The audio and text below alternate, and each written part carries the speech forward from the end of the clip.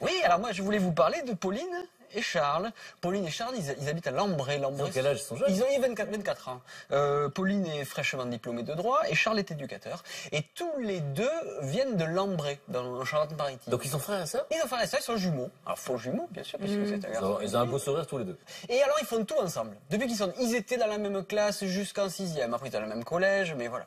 Après ils partent tout le temps en vacances ensemble. Les soirées ils les font ensemble. Les amis c'est les mêmes. Et ils ont eu envie de tester leur amitié, tester leur amour, parce que vraiment ils sont très complices. Et ils ont eu envie de faire un raid. Vous voyez, regardez, le 4L Trophy. Est-ce que vous avez entendu déjà parler de ça? Non, pas du tout. Alors, sans toi. Ah ben c'est Parce que, attends, vous savez que les jumelles qui sont là, Claudine et Thérèse, ont fait Pékin Express. Oui, moi je m'en souviens. Je m'en souviens. Je n'avais pas la télé. Il n'habitait pas en France. Il regarde pas la télé. Il n'habitait pas en France. Il n'est pas Pékin, il n'est pas Express non Donc, plus. vous auriez pu le faire. Vous auriez pu le faire.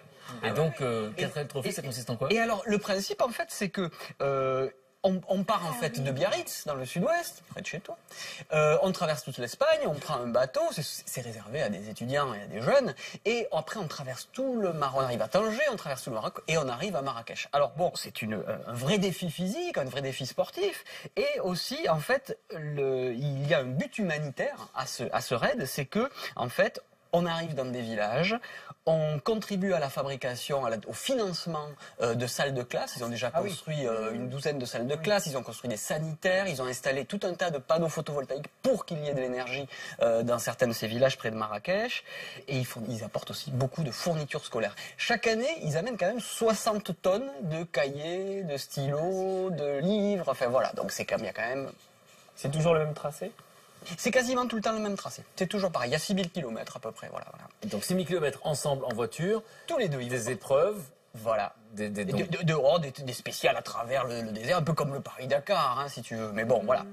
Et l'idée, c'est que c'est pas simple à faire, parce que pour pouvoir faire ce type de raid, qui va partir bientôt là, hein, ils vont partir le 16 février. Il faut le financer.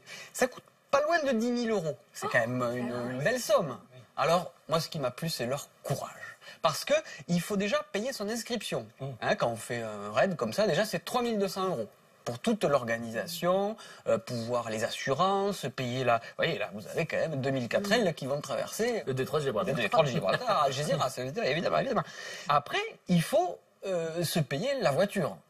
Coup de chance, eux, ils avaient déjà une 4L. Donc, ils l'ont un petit peu rénovée, ils l'ont peinte et tout ça. Mais alors, ce qui est marrant, c'est qu'ils se sont trouvés tout un tas de sponsors.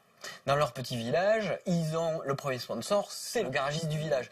Il leur a fourni des pièces de rechange à moindre frais, de quoi changer s'il y a besoin d'une roue, voilà, à moindre frais. Ils ont fait des partenariats avec la boucherie-charcuterie qui leur a donné un peu de sous. Et les gens les ont aidés, il y a un élan de solidarité. Et ouais, un vrai élan de solidarité. Et bien, ils se sont bougés surtout. Pour pouvoir avoir, par exemple, les fournitures scolaires, il faut qu'ils arrivent chacun avec 4 cartables remplis de fournitures scolaires. Donc ça, il y a des commerçants qui donnent, d'autres qui les aident. Voilà, ça c'est pas mal. Et alors ils ont organisé des soirées. Soirées pot-au-feu. Pot-au-feu pour tout le monde. Ça se voit pas sur la photo là. Non, parce que là c'est eux qui font l'animation. Et c'est eux qui font le pot-au-feu? Et ils ont fait un pot-au-feu, 120 couverts. Donc chacun paye son couvert. Et ça finance le voyage. Soirée loto, les lotos, on en a tous fait des lotos. Et alors le truc qui est chouette, c'est que leur papa, il est pâtissier, il a décidé de fabriquer des galettes comme ça. Vous voyez, des galettes au beurre, voilà, qu'il a appelées les roux-galettes. Et ils sont allés les vendre sur les marchés, devant la supérette. Ils en ont quand même vendu 800. Donc pour réaliser leur rêve et faire tout ça. Ouais. Donc à deux, on est plus fort.